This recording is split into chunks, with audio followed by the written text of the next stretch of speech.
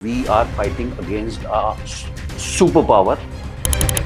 जब से वॉर शुरू हुई है, वॉर शुरू होने से पहले जो नैरेटिव था वो अलग पार्ट है।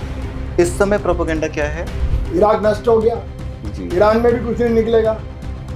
इराक की तरह ईरान भी नष्ट हो रहा है। 10 लाख लोग मारे गए ईरान के, 10 लाख लोग, और इराक के भी 5-6 लोग मारे गए। लेकिन आप सबसे सताए ये लोगों को देख रहे कितने जालिम हो गए।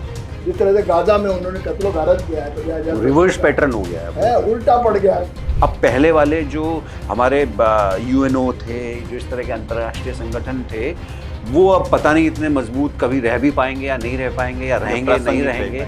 ये अब बड़ा एक डिबेट का विषय आने वाले समय में। 1 महीना 2 दिन, इतना अरसा हो चुका है। 3 देश आपस में युद्ध में लगे हुए हैं, आपस में लड़ाई कर रहे हैं। ये लड़ाई शुरू हुई थी 28 फरवरी को। आज जब हम रिकॉर्ड कर रहे हैं तब 31 तारीख है, मार्च का महीना है। लेकिन इन देशों में खाली 3 देश नहीं हैं जिसमें हम खाली जिक्र करें कि इजराइल और अमेरिका संयुक्त रूप से ईरान पर हमला कर रहे हैं। अब ये खाली 3 देशों का मसला नहीं रह गया है, इसमें वो देश भी शामिल हो चुके हैं जिनको ईरान ने हमला किया, साथ में लेबनान और कुछ देश ऐसे भी हैं जिन पे इजराइल अलग से हमला कर रहा है, और बाकी दुनिया के वो सारे देश हैं जो हरमुज या बाकी वजह से इसलिए शामिल हो चुके हैं कि इस युद्ध की वजह से उनमें गैस की या तेल की या बाकी किल्लतें हो रही हैं। तो ये फॉग ऑफ इंफॉर्मेशन क्या है? ये लड़ाई कैसी है जो प्रोपेगेंडा से लड़ी जा रही है? ये कौन है जो मीम्स के वॉर पे लगे हुए हैं? आखिर इस टॉपिक को समझने के लिए हमारे को 2 मेहमानों का साथ मिल चुका है। जो हमारे मेहमान हैं वो इस मुद्दे के बहुत ज़्यादा जानकार हैं और काफ़ी टाइम से सूचना और सूचना के असर पे जानकारी इकट्ठा कर रहे हैं और जनता के बीच में अपने स्तंभ के जरिए सूचना प्रेषित भी कर रहे हैं। हमारे आज के मेहमान हैं पूर्व IAS प्रभात राय। ये अंतर्राष्ट्रीय मामलों के जानकार हैं, ऑनररी मेंबर ऑफ काउंसिल भी हैं और साथ में एक वरिष्ठ स्तंभकार भी हैं, शिक्षक भी हैं, पत्रकार भी हैं। और साथ में हमारे मेरे दाहिनी तरफ दूसरी हैं अम्बरीश पाठक जी। ये शिक्षक हैं, वरिष्ठ पत्रकार हैं और मीडिया के छात्रों को इस समय पढ़ा भी रहे हैं। तो ये जो मुद्दा है हमारा फॉग ऑफ इंफॉर्मेशन, इसको समझने के लिए ये आज इनके साथ हम इस विषय को समझने का प्रयास करेंगे। सबसे पहले हमारे वरिष्ठ पूर्व IAS सर जो हैं, हम उनसे पूछेंगे। प्रभात सर, आप बताएं कि ये कैसी है जिसे हम फॉग ऑफ वॉर कह रहे हैं या फॉग ऑफ इंफॉर्मेशन, ये आखिर है क्या? देखिए, ये शुरुआती जो आपने एक शब्द इस्तेमाल किया, ये फॉग ऑफ वार कैसे है, ये शुरुआत से अफवाहों से शुरू हुआ युद्ध कि वो परमाणु बना रहा है, परमाणु बम बना रहा है जी ईरान। ये उस तरह का ही इल्ज़ाम कहिए या अफवाह कहिए जैसा इराक के बारे में इन्होंने उड़ाई थी। साजिश जो कहते हैं ना, जी। इंफॉर्मेशन का एक गलत इस्तेमाल। एक इंफॉर्मेशन उड़ती है, CIA उड़ाता है कि भाई इराक के बाद बहुत सारे अणुबम के पूरा का पूरा नहीं, वो है मतलब मसाला, और 1-2 बना भी चुका है। That was the information bye CIA, क्योंकि CIA का नेटवर्क है, मोसाद का है। ये अफवाहों पे खेलते हैं। तो इसके बारे में भी वही रणनीति अपनाई गई कि इनके पास भी परमाणु बम का इतना सारा मसाला है और ये किसी भी क्षण परमाणु बम बना सकते हैं। यहाँ से ये मामला शुरू हुआ और उसी आधार पर पहले भी आक्रमण हुआ था 12 जून को। जी। और वो युद्ध 12 दिन चला, बिना किसी नतीजे के निकल गया। दोनों तरफ काफ़ी नुकसान हुआ और इस बार भी ये युद्ध इसी अफवाह के साथ शुरू हुआ जिसका कोई पुष्ट प्रमाण नहीं है किसी के पास कि उसके पास परमाणु बम है अथवा नहीं है, या उसके वो परमाणु बम विकसित कर रहा है नहीं कर रहा है तो नहीं, ये तो पक्का था, इन्होंने भी नहीं कहा है नहीं है, लेकिन वो किसी भी क्षण बना लेगा, ऐसा इस अनुमान पर ये सारा युद्ध शुरू हुआ। तो ये पूरा युद्ध ही जो है वो फेक इन्फॉर्मेशन पर शुरू हुआ है, जो आपने बात कही ना। जी। और फिर कितना नुकसान हो चुका है ये तो कुछ बताने की ज़रूरत नहीं है, सारी दुनिया जानती है कि आधा तो तेल अभी भी नष्ट हो चुका है। आधा 60 लाख जो इजरायली बंकर्स में है, जो इतना डेवलप्ड है तेल अवीव, हमने देखा है उसको, यरूशलेम को भी देखा है हमने। लेकिन जिस तरह से वो नष्ट हुआ और जिस तरह से इनकी लीडरशिप मार दी गई पूरी, ये भी अफवाह थी कि ये जो है साहब सत्ता बदल जाएगी, अगर आप हमला करेंगे तो ये जो खामेनेई की सत्ता है, ये भी एक फेक इन्फॉर्मेशन पर थी कि लोग इतने उत्तेजित थे कि जैसे ही वो मरेंगे वो नए लोग आ जाएंगे, लेकिन वो भी गलत सिद्ध हुआ। तो ये पूरा का पूरा युद्ध ही वहीं से शुरू हुआ जो आपने बात कही ना, और वो सब गलत साबित हुई है। ना तो सत्ता बदली बल्कि और कंसोलिडेट हो गया ईरान। जी। हमले के बाद जो ईरानी पीपल्स हैं जो लड़ भी रहे थे, खुमैनी से लोग बहुत तंग हैं, हम भी जानते हैं, सब बहुत तंग है, बड़ा डिस्कंटेंट था। लेकिन वो डिस्कंटेंट इस लेवल का नहीं था कि अगर खामेनेई को मार दिया जाए या लीडरशिप को मार दिया जाए तो नया कोई लीडरशिप टेक ओवर कर ले जो उसकी विरोधी है। नए लोग आए लेकिन विरोधी तो अपना इनके साथ खड़े हो गए। तो इसलिए आपका विषय बहुत बहुत ही इंटरेस्टिंग है, क्योंकि ये एक नया एंगल है कि किस तरह से युद्ध जो है वो गलत इंफॉर्मेशन पर चल रहा है, लड़े जाते हैं और नष्ट कर देते हैं देशों को। इसी विषय पे अमरीश जी मैं आपसे भी एक राय चाहूंगा। जैसे सर ने बताया, अयातुल्ला अली खामेनेई उनके मरने के 15 घंटे बाद ये सूचना जनहित में जारी की गई कि जो टॉप लीडरशिप है, जिसमें IRGC कैप्टन था और पूरी जो टॉप लीडरशिप है, मारी जा चुकी है। यानी सूचना पे 28 फरवरी को हमला होने के साथ ही नियंत्रण रखने का प्रयास किया गया था। इस युद्ध को और ये इंफॉर्मेशन या जो भी मिस इन्फॉर्मेशन है, इसको आप किस तरह नजरिए से देखते हैं? देखिए, युद्ध में एक तरफ आपकी सेना खड़ी होती है, दूसरी तरफ आप क्या नैरेटिव अपना बना रहे हैं वो अपना काम करता है जी। और हमने कालांतर में अपने अगर इतिहास को खंगाले जितने भी पूर्व में युद्ध देखे हैं उसमें जो सेनाओं की जिस समय आगे फॉरवर्ड वो होती है, उसके साथ साथ एक प्रोपेगेंडा भी फॉरवर्ड करना जो डिफरेंट रिजीम्स हैं वो करती हैं, राइट। सो अगर हम इस ऑनगोइंग वॉर के कॉन्टेक्स्ट में देखते हैं तो इसमें दोनों जो इस समय रजीम अपने आमने सामने हैं वो आइडियोलॉजिकल बिल्कुल एक दूसरे से मुख्तलिफ हैं जी, ठीक है। और उनके बीच का जो ये कॉन्फ्लिक्ट है ये कोई बहुत नया कॉन्फ्लिक्ट नहीं है, ये बहुत समय से उनके बीच में ये कॉन्फ्लिक्ट चल रहा है। मसल फ्लेक्सिंग भी टाइम टू टाइम हुई है, बट इस स्केल की जो वॉर है वो पहली बार हम विटनेस कर रहे हैं। एक तरफ ईरानी जो मौजूदा रजीम है वो खड़ी है, उसको अपने जो एक ग्लोबल नैरेटिव है और एक उनका जो डोमेस्टिक नैरेटिव है उसको उनको दिखाना है कि we are fighting against a super power और उसके एक बहुत पावरफुल एलाय के साथ में हम लोग लड़ रहे हैं। दूसरी तरफ हमारे जो ट्रम्प साहब हैं उनको अपने जो पॉलिटिकल उनके अपोजिशन है वहाँ पे और जो आम जनता है उनको अपना नैरेटिव सेल आउट करना है कि हमारी जो ये वॉर है वो जस्टिफाइड उनको साबित करनी है। सो प्रोपोगेंडा कह लीजिए या मिस इन्फॉर्मेशन कह लीजिए, मिस इन्फॉर्मेशन का एक स्टेप जब हम ऊपर चले जाते हैं वो प्रोपोगेंडा होती है और ये स्टेट क्राफ्ट का एक बहुत महत्वपूर्ण अंग है। जब हम सेकेंड वर्ल्ड वॉर की तरफ हिटलर को देखते हैं तो उन वहाँ से ये एक टर्म थी, उनके जो प्रोपोगेंडा स्पेशलिस्ट थे उनका नाम था जोसेफ गोबल्स जी। उन्होंने ये टर्म क्वाइन की और ज्यूज़ के खिलाफ जिस तरीके से पहले एक नैरेटिव तैयार किया कि ज्यूज़ जो पूरा जर्मनी का जो साधन है उनको एक्सप्लॉइट कर रहे हैं, है ना। और फिर उन्होंने जर्मन्स को उनके खिलाफ किया और फिर बाद में जो कुछ हुआ वो उसको बहुत उसकी तफसील में जाना एक अलग विषयांतर हो जाएगा। लेकिन वो पहले उन्होंने उसको एक ग्राउंड दी, उस प्रोपोगेंडा को जो है उन्होंने स्प्रेड किया और फिर जो कुछ हुआ वहाँ पे आप सब हम लोग जानते हैं। और हमेशा देखिए ये एक स्टेट क्राफ्ट का अंग रहा है, इसको आप निगेटिव उसमें मत देखिए, बल्कि अगर हम देखें तो हमें ऐसे एक्सपर्ट्स की आजकल ज़रूरत है जो प्रोपोगेंडा को डिकोड भी कर सकें, समझ भी सकें, हमारे कंट्री का क्या हमें अपना क्या एक ग्राउंड लेनी है वो समझ पाएँ। तो वही सब कुछ मिली जुली चीज़ें हम देख रहे हैं इस वॉर में। दोनों रेजिम्स हैं वो अपना अपना नैरेटिव जो है अपनी अपनी जनता को सेल आउट करने की भरपूर कोशिश कर रही हैं और इसको पूरा एक जो ग्लोबल जो है इसको जो स्पेक्टेटर्स हैं वो इस चीज़ को देख रहे हैं और इसमें बहुत सारे लेसन्स भी आगे के लिए लर्न किए जा रहे हैं कि किस तरीके से वॉर के समय ये एक नैरेटिव बिल्डअप करना भी एक इसका एक महत्वपूर्ण इंटीग्रल पार्ट है। प्रभास सर, मैं आपसे जानना चाहूँगा क्योंकि आप अंतर्राष्ट्रीय मामलों की जानकार रहे हैं, जब से वॉर शुरू हुई है, वॉर शुरू होने से पहले जो नैरेटिव था वो अलग पार्ट है, इस समय प्रोपेगेंडा क्या है? डोनाल्ड ट्रंप एक ट्वीट करते हैं, ट्रुथ सोशल पे कुछ डालते हैं, पूरी वॉर में एक अलग मैसेज आता है, उसके बाद ईरान उस सूचना को नकारता है, फिर से एक ट्वीट वहाँ से आता है, फिर कोई और ट्वीट कर रहा है, इसका असर शेयर के रेट से पड़ रहा है, पेट्रोल के रेट से पड़ रहा है। तो जब से ये जंग शुरू हुई है तब से किस किस तरह की सूचनाएं, किस किस तरह की गलत सूचनाएं इस मैदान में आई हैं और इनका क्या असर फिलहाल तक इस वॉर पे दिख रहा है? देखिए, जैसे मैंने शुरू में कहा था आपसे, ये तो युद्ध ही पूरा का पूरा गलत सूचनाओं पर शुरू हुआ जी जी। जिस तरह इराक का युद्ध शुरू हुआ था, बाद में क्या निकला? वहाँ कुछ नहीं निकला, इराक नष्ट हो गया जी। ईरान में भी कुछ नहीं निकलेगा, इराक की तरह ईरान भी नष्ट हो रहा है। उसके ठिकाने देखिए, उसका इतना जो भी डेवलपमेंट है, हालांकि दुनिया ने उसका बायकॉट किया हुआ है 30 साल से, वैसे ही वो प्रतिबंधों को झेल रहा है।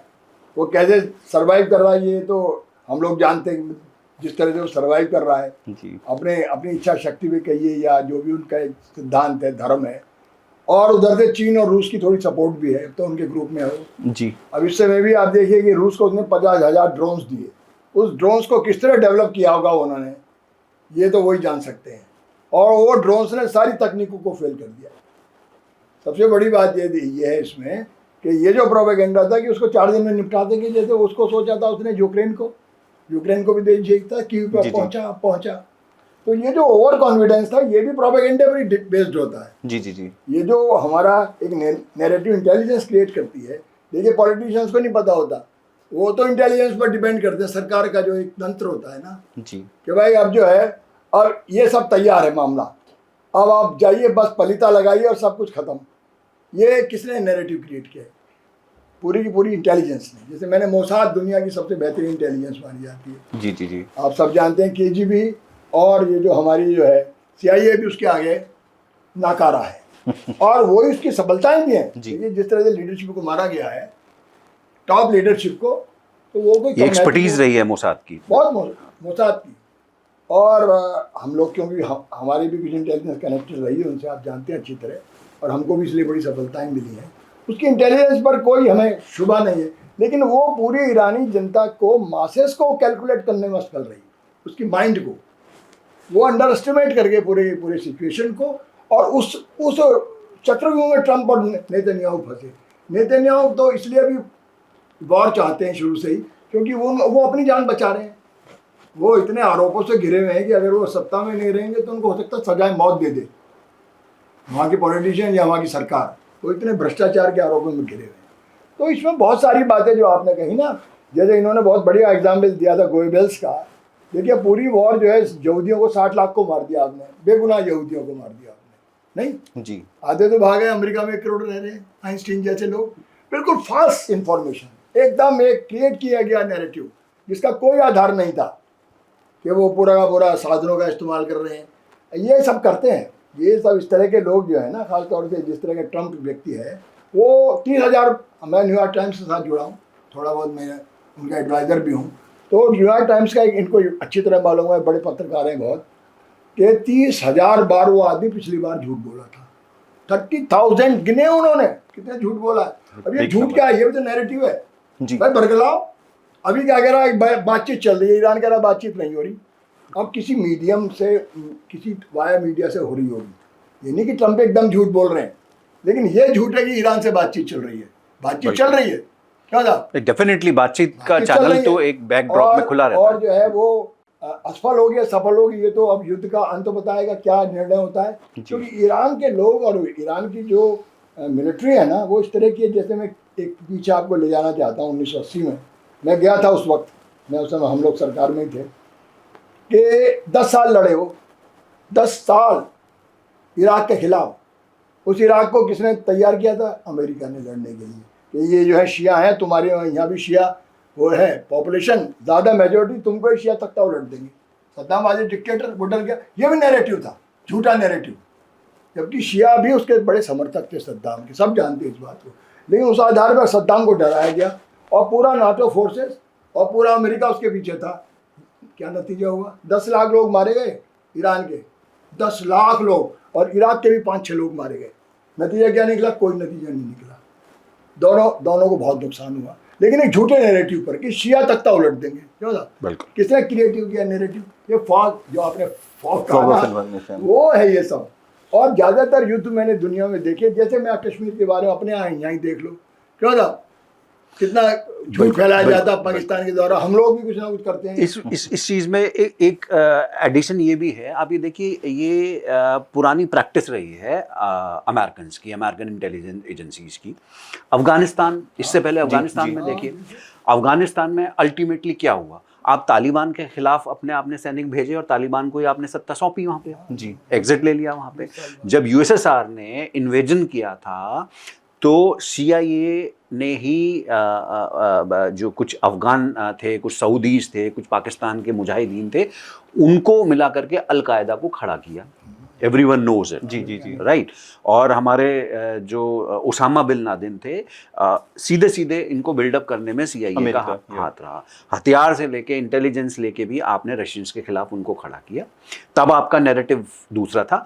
तब आपका हॉलीवुड जो फिल्में बना रहा था वो रैम्बो फिल्में, फर्स्ट ब्लड, फिस्ट ऑफ, इस तरह की जो है फिल्में बना रहा था, जिसमें एक CIA एजेंट वहाँ अफगानिस्तान में जाता है और मुजाहिदीन के साथ मिलकर के लड़ता है। ये एक नैरेटिव था कि मुजाहिदीन जो हैं वो अच्छे लोग हैं, फ्रीडम फाइटर्स हैं।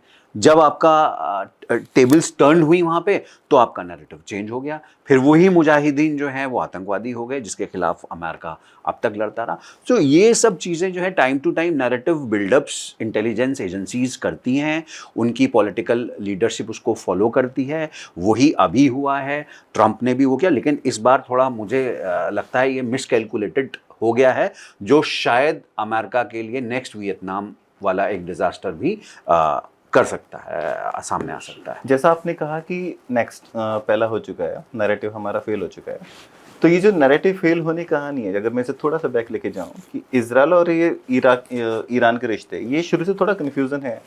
पहले इजराइल को मान्यता देने वाला इजराइल, दूसरा ईरान दूसरा मुस्लिम राष्ट्र था। काफ़ी टाइम तक सहयोगी रहे। सर ने बताया कि जो उनकी 8 साल की वॉर चली थी, 1980 से 1988 तक वॉर चली, उसमें जब अमेरिका और इराक ने मिलकर ईरान पे हमला किया, तब इजराइल उनको बैक सपोर्ट दे रहा था हर तरह से। अब वो फिर से दुश्मन बन गए हैं। जैसे सर ने कहा कि इस समय उनके लिए बिल्कुल मजबूरी है कि अपना अस्तित्व बचाना है तो उन्हें युद्ध लड़ना पड़ेगा। दूसरा नैरेटिव वॉर में यहाँ एक आता है, आपने अभी शुरू में कहा भी था कि इजराइल बहुत टाइम से चाह रहा था, नेतन्याहू चाह रहे थे कि युद्ध हो जाए, लेकिन पहले यानी बराक ओबामा ने इसकी सहमति नहीं दी थी। फिलहाल जो ज्यू कम्युनिटी है, या जो ज्यू का पूरा अपनी सपोर्ट सिस्टम है अमेरिका में, उन्होंने इस समय डोनाल्ड ट्रंप को सपोर्ट में ले लिया है। तो ये जो इजराइल ईरान, इनका जो थोड़ा सा इतिहास में संक्षेप में उसमें थोड़ा प्रकाश डालें। ये जो आप कहते हैं ना, ये रिश्ता क्या कहलाता है जी, कि ईरान जो है वो पहले, उसने सबसे पहला ऐसा नेशन था कि उसने जो है इजराइल को माना। देखिए, इसका अगर आप थोड़ा सा डीप डाउन करेंगे ना, तो आप कंफ्यूज अमूमन आम आदमी होता है। अरब्स में और ईरानियंस में वो रेशियल डिफरेंस है ना। हाँ, वो है तो मुस्लिम राष्ट्र, लेकिन वो उनकी जो मुस्लिम आइडेंटिटी है वो डाउन प्ले करती है। जो उनका रेशियल गर्व है वो फोर प्ले में रहता है। तो वो अरब्स हैं, ये ईरानियंस हैं, पर्शियन कहते हैं, ये अरब्स नहीं। जी, जी, जी। और इनका शुरू से जो है थोड़ा एक कंपटीशन, थोड़ा वो रहा है, राइट।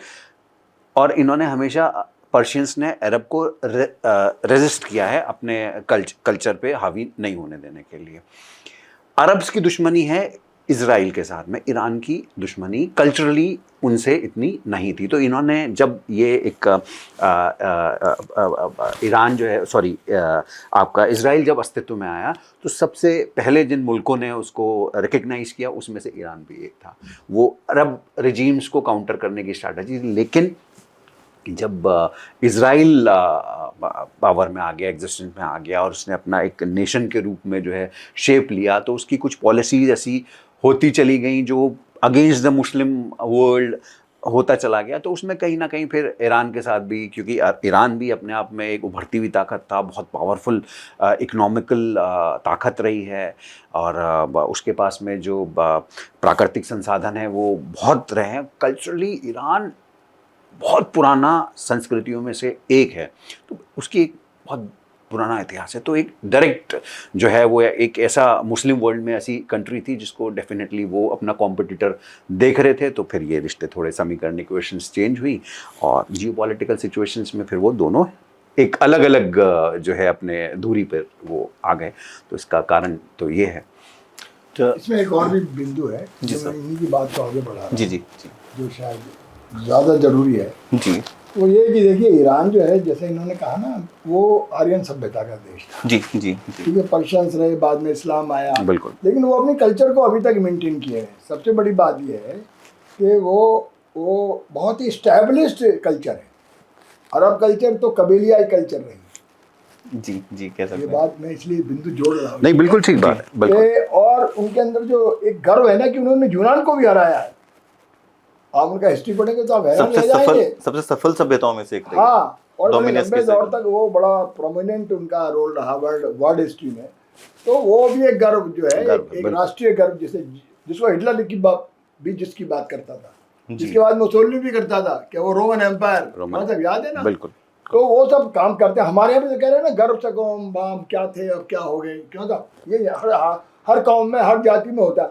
हालांकि वो भी एक नैरेटिव है, ऐसा नहीं है, कोई हकीकत दादा नहीं है उसमें, क्योंकि अब क्या हो अब बताओ, क्यों था बिल्कुल। अब क्या हो। लेकिन आदमी क्योंकि कल्पनाओं में जीता है, एक अभिमान में जीता है, एक झूठे अहंकार में भी जीता है मनुष्य, उस अहंकार में उसका विनाश भी होता है। बिल्कुल। तो ये जो इजराइल जी रहा है ना इस वक्त, देखिए इजराइल जो है वो सताया हुआ देश है, यहूदी दुनिया के सबसे सताए हुए लोग हैं।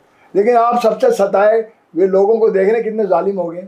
जिस तरह से गाजा में उन्होंने कत्लो गारत किया है, रिवर्स पैटर्न हो गया है, उल्टा पड़ गया है। देखिए वो शक्तिशाली होते ही वो भूल गए अपने इतिहास को कि उनको कितना मारा गया था, और वो उन गाजा के बच्चों को जिस तरह कत्ल कर रहे हैं। अब जबकि आप जानते हैं वो तो लड़ाके तो टनल से निकल गए, वहाँ तो सिर्फ बच्चे और औरतें रह गए थे। सब जानते हैं किस तरह से उनका कत्लो गारत किया गया, किस तरह से अमेरिका उनके पीछे खड़ा रहा उस कत्लो गारत के पीछे। ये वियतनाम की याद दिलाता है हमको वो कत्लो गारत। आपको याद होगा नापाम बम इस्तेमाल किए गए थे जो पूरे इलाके को जला के खाक कर देते हैं, नापाम बम। तो लेकिन वियतनाम तो बच गया, क्यों था वो बुरी तरह से भागे वहाँ बेइज्जत होकर, जैसे कोरिया में कभी भागे थे, जैसे अभी अफगानिस्तान में। बिल्कुल। एक सफलता इनको इराक में जरूर मिली, यकीनन मिली, लेकिन वो भी आधी अधूरी। आज इराक किसके साथ खड़ा है? ईरान के साथ खड़ा है। ईरान के साथ खड़ा है। अभी देखिए ना, अभी जो 5 देशों को इजाजत मिली है, क्या था वो जो है पैसे यूज करने की। बड़ी मजे की बात इसमें कि जितने भी मुस्लिम कंट्रीज हैं, भले ही वो अरब से, उनकी जनता ईरान के साथ है, शासक जो है वो इनके इन्वेडिंग पावर्स के साथ में है, लेकिन उनकी जो आम जनता है वो इन फेवर ऑफ ईरान प्रदर्शन कर रही है, in favour of Iran. American embassies के सामने जो है वो उनका जो है एजिटेशन चालू है। सो आम जनता भले ही वो अरब है, वो ईरान के साथ खड़ी है, उनके शासक हैं वो अमेरिका और इजराइल के साथ में खड़े हैं। ये आने वाले समय में अब बहुत जियोपॉलिटिकली उथल पुथल वाली स्थिति मचाने वाला है। अब एक नया वर्ल्ड ऑर्डर आप इसके बाद में बनता हुआ देखेंगे जब भी ये वॉर आपकी ख़त्म होगी। अब पहले वाले जो हमारे यूएनओ थे, जो इस तरह के अंतर्राष्ट्रीय संगठन थे, वो अब पता नहीं इतने मजबूत कभी रह भी पाएंगे या नहीं रह पाएंगे, या रहेंगे नहीं रहेंगे। ये अब बड़ा एक डिबेट का विषय आने वाले समय में होने वाला है। अच्छा प्रभात सर, एक त्वरित टिप्पणी इसमें दीजिएगा। जैसे आपने कहा कि अमेरिका ने शायद मिसकैलकुलेट किया ईरान की पावर को, क्या इजराइल ने भी मिसकैलकुलेट किया, या इजराइल को तो सही सही आइडिया था इस हकीकत का, अमेरिका या डोनाल्ड ट्रंप उसको सही सही समझ नहीं पाए? इजराइल को पहले से आइडिया था कि क्या हो सकता है, क्या होने वाला है, भले कंफ्यूजन इजराइल को भी था। एक गलतफहमी हो गई जी, एक गलतफहमी, एक बात इजराइल भी मिसकैलकुलेट कर गया जी। वो ये समझा कि अगर अमेरिका उसका साथ देगा तो बहुत जल्दी तहस नहस कर देगा, क्योंकि इस समय वो इतने प्रबल ये बड़ा दुर्भाग्यपूर्ण है। इन्होंने बहुत सही बात की कि वो नया वर्ल्ड ऑर्डर के अंदर ये बड़ा दुर्भाग्यपूर्ण है कि एक ईरान कहता है कि हम इजराइल को रहने नहीं देंगे, अस्तित्व मिटा देंगे। समझे साहब? जबकि सारा अरब वर्ल्ड ये नहीं मानता। सारा अरब वर्ल्ड जो है इंक्लूडिंग मिस्र पहले समझौता करता है। ओस्लो पैक्ट हो चुका है 1993, अब याद कीजिए। जी जी जी। है, और उसमें नोबेल प्राइज भी मिला था। जो वहाँ के कमांडर इन चीफ थे उसमें प्राइम मिनिस्टर जी, उनको मिला, और उसमें जिमी कार्टर को भी मिला था, है, याद होगा। बिल्कुल। तो ऐसा नहीं है कि अरब वर्ल्ड तो एक तरह का समझौता कर चुका है इजराइल के साथ। ईरान भी कर चुका था, क्योंकि मोसद्दीक के बाद जो सत्ता बनी रजा शाह पहलवी की, वो तो प्रो अमेरिकन थी, तो ईरान ऐसा नहीं है कि कोई हर वक्त उसके खिलाफ रहा है।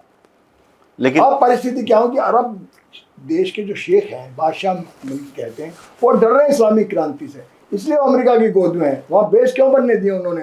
अब उनके आगे खुल गए, भाई कुछ नहीं होगा इन बेसों से भी, क्या कहाँ हिफाजत हुई। रिफाइनरी नष्ट कर दी, उनके ठिकाने नष्ट कर दिए। बिल्कुल। अम्ब्रेला का ये भी एक फेक नैरेटिव था। हाँ, फेक नैरेटिव। फिर मैं आपकी बात को आगे बढ़ा रहा हूँ कि ये अमेरिका उनकी तरह पूरी तरह हिफाजत कर लेगा। ये भी एक अमेरिका का एक गढ़ा हुआ झूठ था, जो इसके चिथड़े उड़ गए इस युद्ध में। अब वो दोबारा सोचेंगे, यानी कि सऊदी अरब तो उससे बात कर रहा लगातार। हमारे पास पूरी इंफॉर्मेशन है कि सऊदी के लोग ही जो सबसे ज़्यादा अमीर हैं, वो अब रूस की चरणों में जाने की सोच रहे हैं तेल की वजह से। तो ये इक्वेशन बदलती रहती है ना। देखिए, कूटनीति में और राजनीति में ना कोई स्थायी शत्रु होता है, ना कोई स्थायी मित्र होता है, सिर्फ हित सर्वोपरि होते हैं। अब हमारे हैं, हमारा अमेरिका कितना दुश्मन था, और इस वक्त अमेरिका की इस जंग को कश्मीर की 1988 से मैं तो रहा हूँ ऑपरेशन ब्लैक कोबरा में, उसको आज़ादी की जंग बता रहा था। जैसे अब न्यूयॉर्क ट्रेड सेंटर पर हमला हुआ, वो जो ओसामा बिन पाला हुआ था उसको मारने गए, वो तो इन्होंने पाला हुआ था, इन्होंने उल्लेख भी किया है ना, अमरीश भाई ने उल्लेख भी किया उसका। वो ही दोस्त सबसे बड़ा बना हमारा पिछले 15 वर्षों में, बना या नहीं बना 2000 के बाद।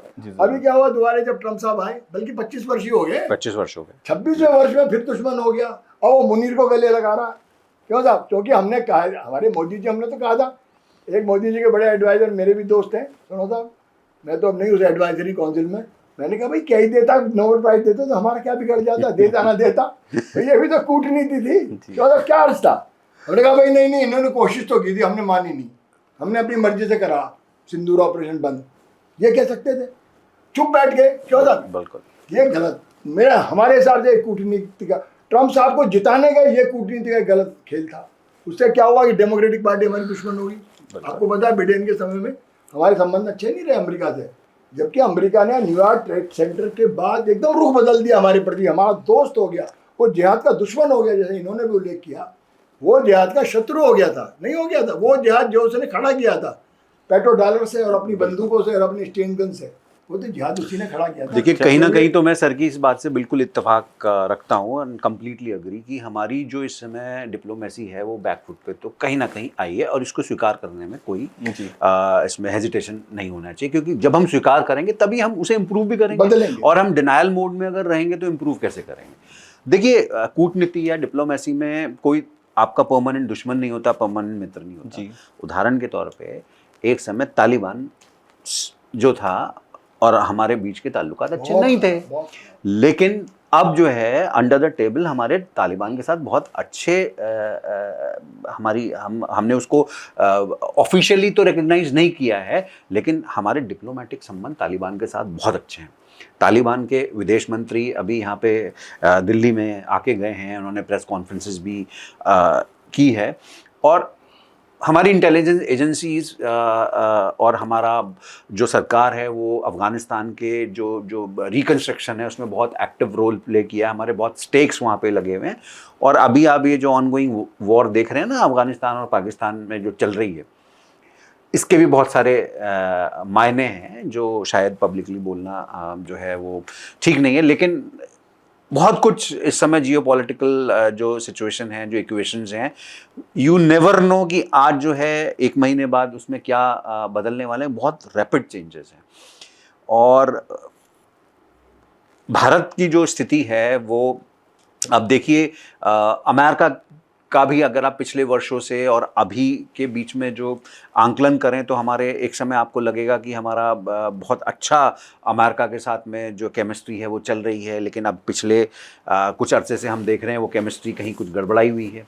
तो ये सारी चीज़ें हैं, और ये एक हमेशा अपने आप को चेंज करना, परिवर्तन करने वाला विषय है जो रिजीम्स करती रहती है, लेकिन इसमें बस आपकी एक्सपर्टीज़ होनी चाहिए 4C करना। आप 4C करके अपने आप को किस तरीके से तैयार कर पाते हैं आने वाले टाइम के लिए। और ये देखिए पूरी दुनिया में ये हो रहा है, जैसे सर ने अभी कहा कि एक अरब्स कंट्रीज़ ने क्या किया हुआ था, अपनी जो सिक्योरिटी थी वो आउटसोर्स कर रखी थी पूरी उनकी अपनी कोई बहुत विशाल सेना या कुछ नहीं, वो जैसे कहते हैं ना आउटसोर्स कर देते हैं हम लोग, जैसे हमारी यूनिवर्सिटीज़ होती हैं वो अपने सिक्योरिटी के लिए किसी कंपनी को अपना सिक्योरिटी पर, तो वही उनका था। इस युद्ध के बाद उनकी आंखों के सामने एक नई जो है वो ओपनिंग हो गई है कि भाई ये जो हम अपनी सिक्योरिटी आउटसोर्स किए हुए थे ये तो किसी काम नहीं है, जिसे हम सुपर पावर मान रहे थे वो तो हमें कोई एक अम्ब्रेला जो है नहीं दे पाई।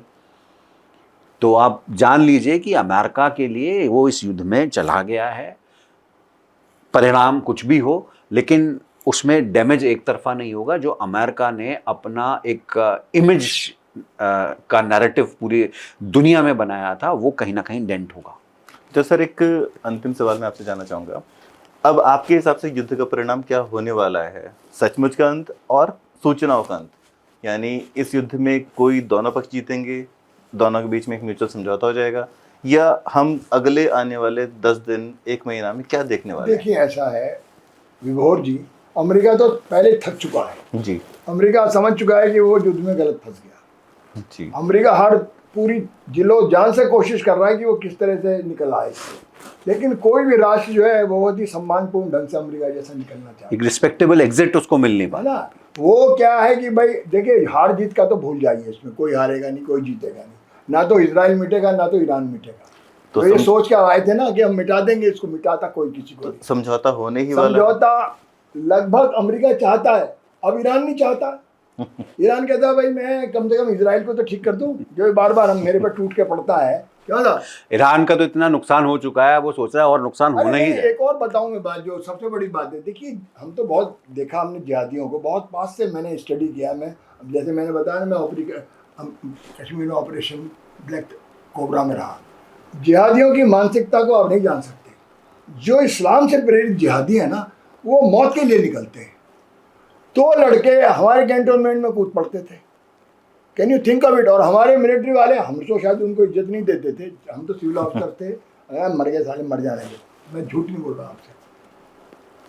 मिलिट्री के लोग कहते थे बड़े बहादुर लोग हैं, इनको पूरे सम्मान के साथ हम मौलवी को बुलाते थे, क्योंकि वो वीरता की कदर करते थे।